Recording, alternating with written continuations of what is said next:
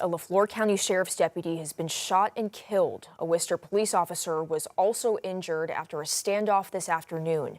This happened near Worcester, Oklahoma. Police say they were called to a property off Highway 270 for a welfare check.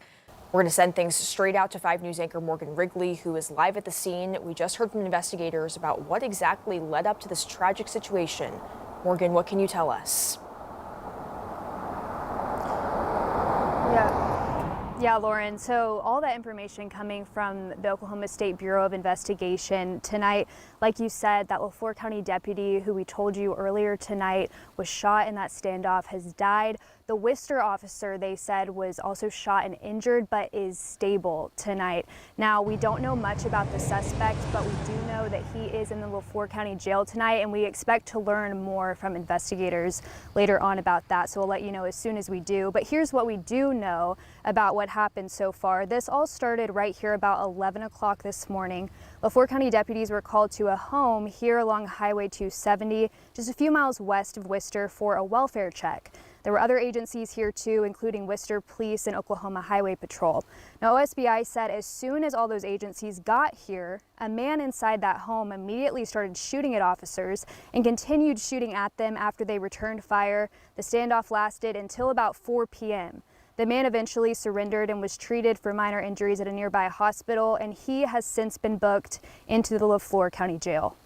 So right now our crime scene unit, our special agents are looking over the scene, processing the scene, looking at the home, the exteriors, the interiors, and going through our normal protocols during this.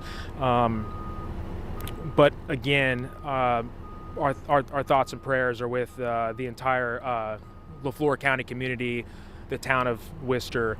There were no other subjects involved. Nobody else is at large, so the community is safe at this time. Now, OSBI said that they're not going to release the identities of the deputy who was killed or the officer who was injured tonight. But again, we do expect to learn more about the suspect, possibly about charges soon. We'll let you know about that on air and online on our website, 5newsonline.com, as soon as we get that information. And as you can see behind me, the scene has really started to clear out. There's a few officers still here, but if you drove through this area earlier today, you would have seen a massive law enforcement presence, also just traffic blocked off, people lined up for miles along the side of the road. And 5 News reporter Laura Castleman was here for that, really in the thick of the investigation. She's joining us live now as well. Laura, what can you tell us about what you saw today? Yeah, Morgan, I've been on scene here for several hours, and throughout my time here, I have seen a massive agency reporting. So drivers I spoke to said that they sat for hours. Tensions were high as people waited, wondering about the massive amounts of law enforcement blocking the roads. Agencies like the Oklahoma Highway Patrol, Oklahoma State Bureau of Investigations, and emergency crews were all working the scene. I also saw a Bearcat, an armed vehicle, moving in and out of the property behind me. Oklahoma Bureau of Investigation says this is all protocol to keep not just officers safe, but civilians as well. The armored vehicles you guys have seen go by, those are vehicles that are used to bring in additional law enforcement to help. Obviously, you're not sure how long that's going to take and how much more gunfire that the officers could take, and so they're just doing everything they can to provide help. Yeah, and other people that I spoke to that were stopped on the highway said that they couldn't believe a tragic event like this can happen in their hometown.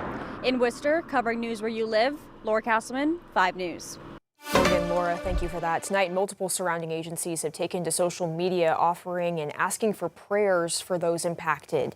The Haskell County Sheriff's Office says they're extending their thoughts and prayers to both departments during this difficult time, and they stand ready to assist in any possible way. In Crawford County, their Emergency Communications Center says they're lifting up that deputy, their family, and fellow deputies during this time, acknowledging the strength it takes to answer the call daily. OSBI says the best thing the community can do now is pray. Please keep everybody involved in your prayers, family, the sheriff, the chief out here in Worcester, that, this is, you never know when something like this could occur. Again, this was a call out that they were responding to and doing what they could to help.